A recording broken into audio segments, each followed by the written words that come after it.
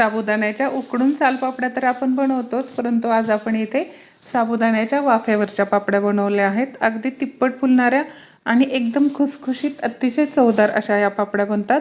चला तर मग पाहूयात कशा बनवायच्या। त्यासाठी इथे पाव किलो साबुदाणा घेतलाय, तो 2 ते 3 पाण्याने स्वच्छ धुवून रात्रभर पाण्यात भिजवून घेतलाय। या पद्धतीने सकाळी एकदम असा मोकळा करून घ्यायचा आणि याच्यामध्ये चवीनुसार मीठ घालून घ्यायचे।